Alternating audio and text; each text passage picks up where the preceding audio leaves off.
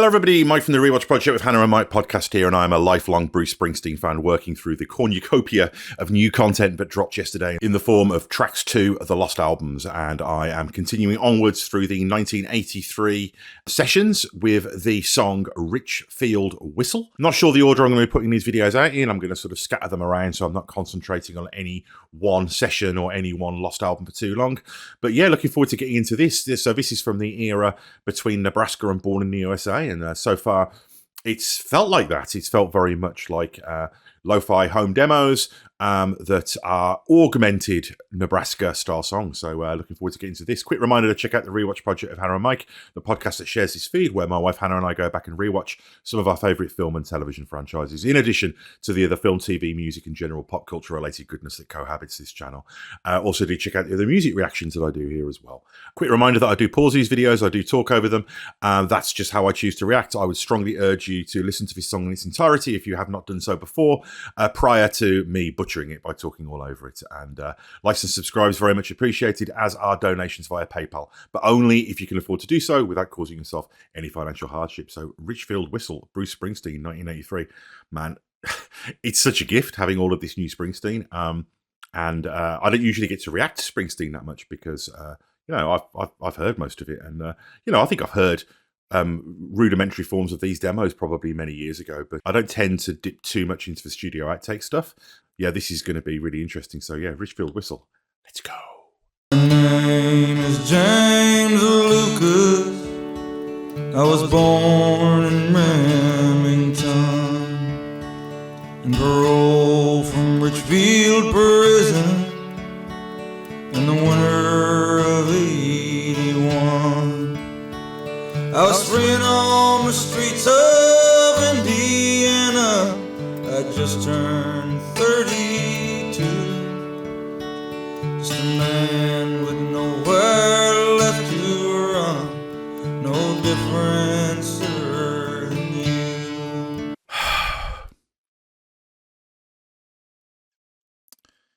It's so surreal, It's like finding a lost Emily Bronte novel or something, isn't it? You've got that wonderful, 12-string guitar, that great first-person cinematic storytelling, the Highway Patrolman, Johnny 99 style, the earnestness of Bruce's voice in his sort of early to mid-30s.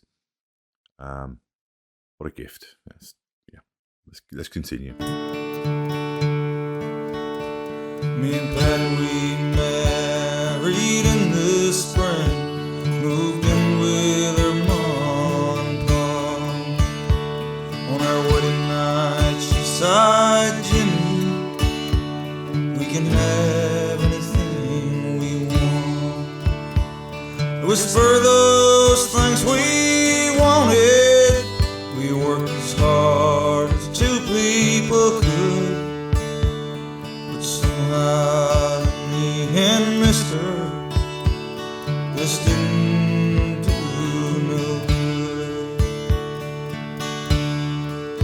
The prison got me driving delivery for Mr. Wells over in Ridgeside.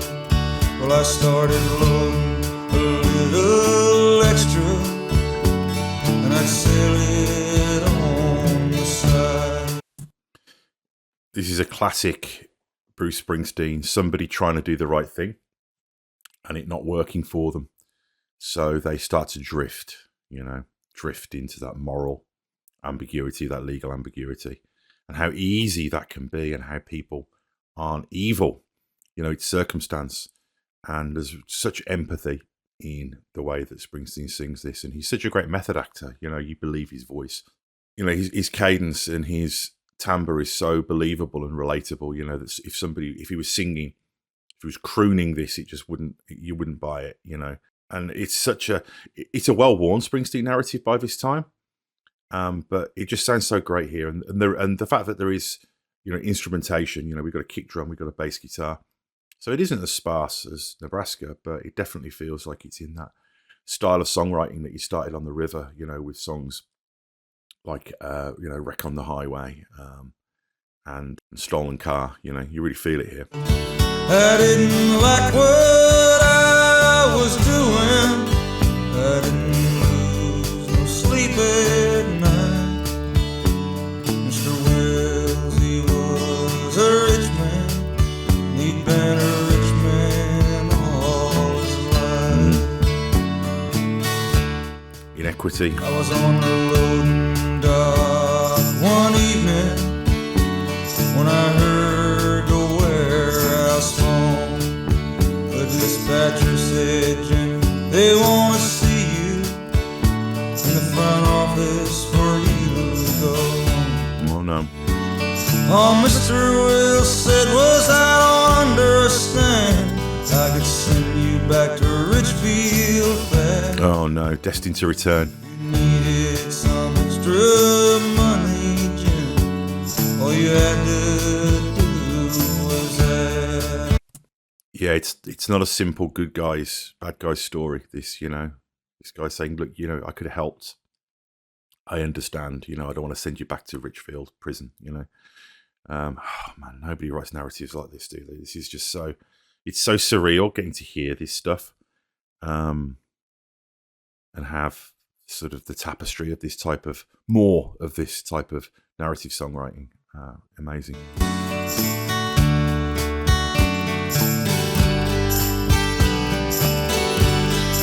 Beautiful instrumentation as well.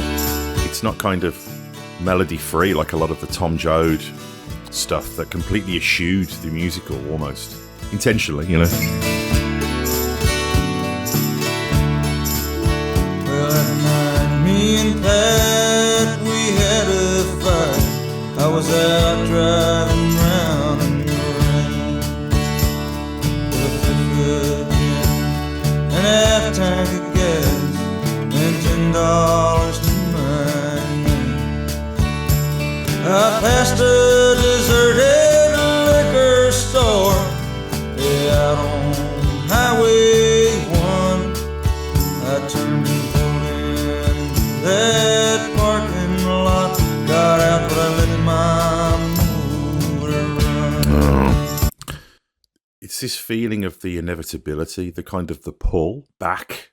Some people just don't have a chance. The house always wins. Well, I stood looking in the window for a long while. When I walked in, the man behind the register, he looked at me and smiled. That's some weather we're having out there. Can I help you find something, friend? I didn't answer, I just stood there. And I turned around and went. I don't know how long I sat in my driveway. My shirt was covered in sweat. The house was dark when I went in. That was lying awake in bed. She hit the light, I was standing in the doorway. She said I was worried where you'd been so long.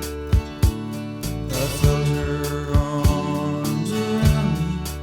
She said, Jimmy, I'm so glad you're home.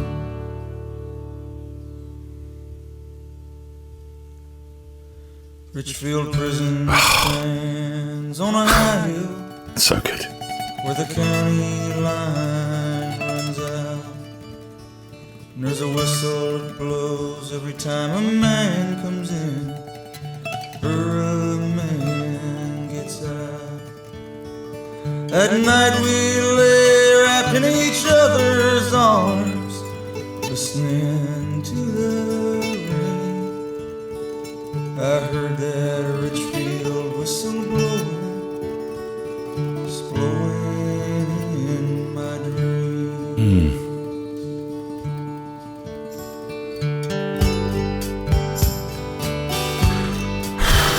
My God, been on a journey with this song.